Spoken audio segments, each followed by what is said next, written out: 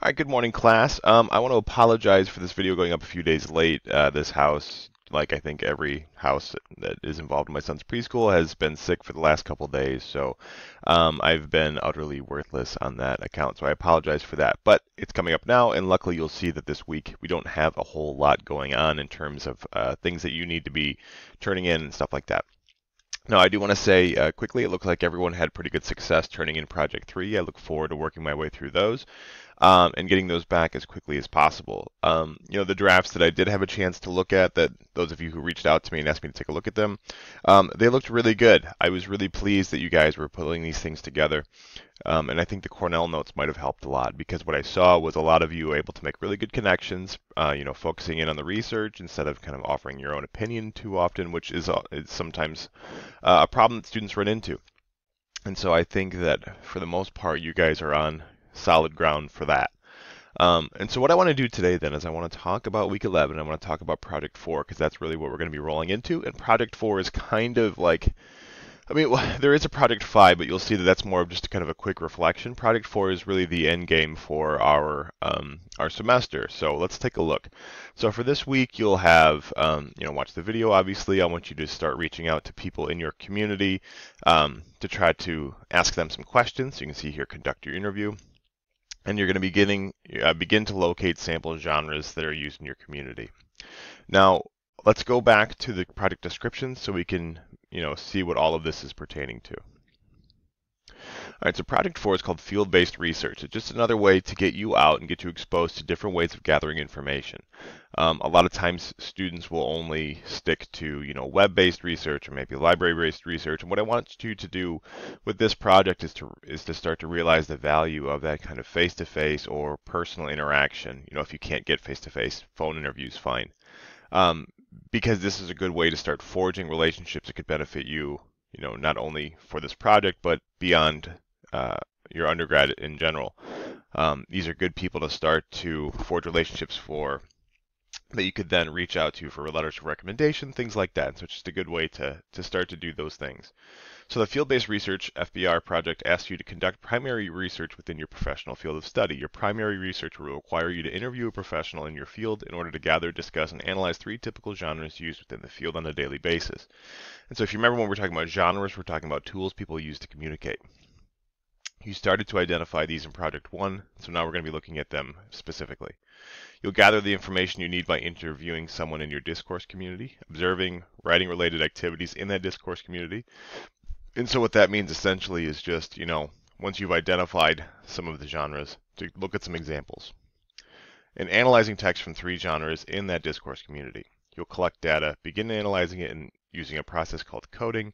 So just like you did for your Cornell notes, you'll start to take notes, color code, whatever you need to do, and draft a description of your research methods. You'll use that work to present your findings in a written and presentation form by coding, analyzing, and reflecting upon your findings. Steps and due dates for conducting your interview, observation, and genres are listed below.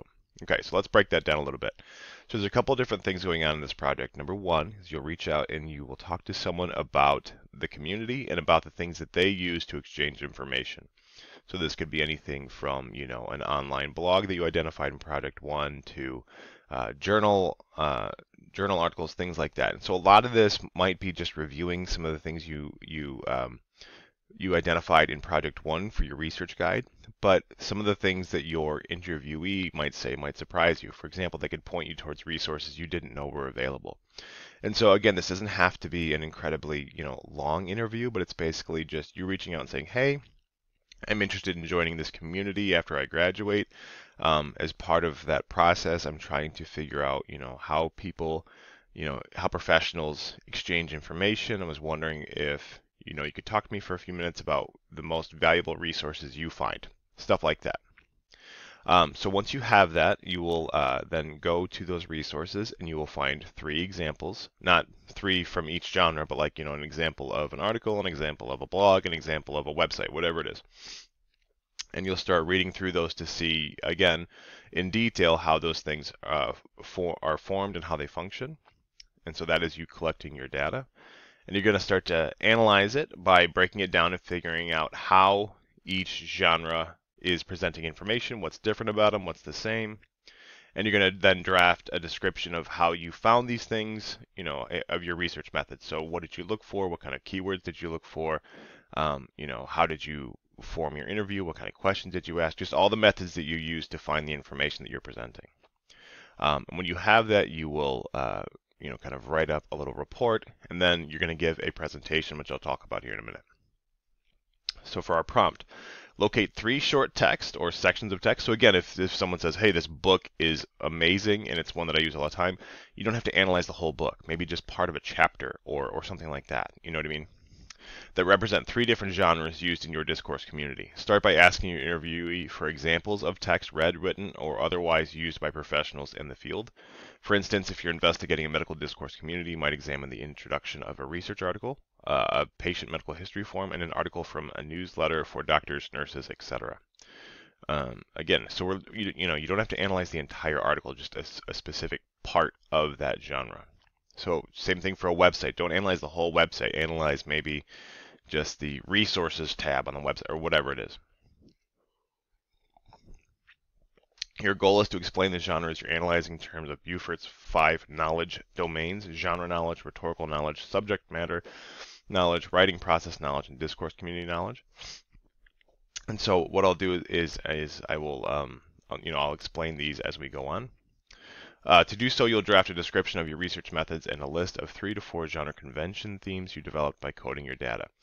And so when we're talking about conventions, we're talking about like what is typical for that genre. And so if you see, in an article they're using APA format, that would be a convention. So you'd say, okay, this uses APA. And then you might go over to the website and say, okay, do they have any kind of research citation? Oh, they do. It's also APA. Good. You can like highlight those to so that you can come back to that and describe some sort of connections that you see or commonalities. Use your analysis of the genres to show what features characterize each genre, how it functions, how it's produced, how it adds to the knowledge of the community, etc., etc. And so these are just some sample procedures. So minimum requirements: you write a 3 to 4 page description of the genres that you located as well as your research methods. And then you are going to create a 5 to 10 minute Ignite presentation, which we will talk about here in a minute. And so again, for this week, I want you to reach out and start to find samples. If you reach out and they don't get a hold of you till week 12 or week 13, if they don't get back to you, that's fine. Talk to me. But in the meantime, you can start to look for samples of genres that the community already uses. So you don't have to wait on this person to clue you into different things. Just focus in on the ones you identified in Project 1, because you did identify some genres there. And so start to go that route. So for next week, we'll start to code and develop themes. For the following week, we'll start to draft a description. For the week 14, we'll do our presentation, and then week 15 will be the final draft. Okay, so what I want to do, let's go back to our week 11, because that's the week we're in. So you can see here that your blog 6 that due date's been pushed and pushed and pushed is finally due this week. So if you haven't done that, make sure you get that in. And then I want to go to week 12 just to take a look for a second. Okay, so week 12, what you'll see for next week is this video that explains what an Ignite presentation is. So just know that that's coming up. But yeah, so for this week, all I want you guys to do is, since you did so much hard work last week getting your Project 3 in, I want you to this week just kind of focus in on the starting stages of this project. Start to reach out to somebody in the community, whether it's a business professional or a doctor or a pharmacist, whatever it is.